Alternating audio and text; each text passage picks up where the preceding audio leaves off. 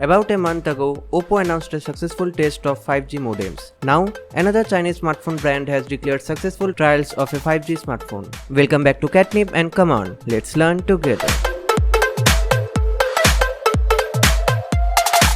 Shenzhen-based firm Vivo has confirmed the introduction of groundbreaking 5G software and hardware based on Vivo Next smartphone series. The firm modified its Vivo Next S smartphone by putting in Qualcomm X50 modem. As per a press statement from the company, the 5G version of the Next has completed the first phase of protocol and signaling test with Keysight UXM 5G signaling. The Vivo Nexus 5G version involved the non-standalone architecture or NSA model that supported 3GPP release 15 standards based dual connection for both long-term evolution and new radio or NR. In a statement, the company claimed it has concluded initial architecture planning, 3D placement stacking, radio frequency or RF antenna designs, and optimized battery space within Next to deliver 5G capabilities running on Qualcomm's X50 modem. In the coming future, Vivo is planning to put further interoperability development testing or IODT with 5G infrastructure and network equipments. Notably, the company is planning to launch its first batch of commercial 5G smartphones by 2019.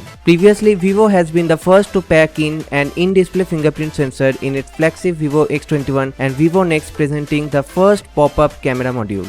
So that's it for now, and we hope you liked our video. A million thanks to our dear subscriber family for your continuous love and support, and until next time, stay tuned for more.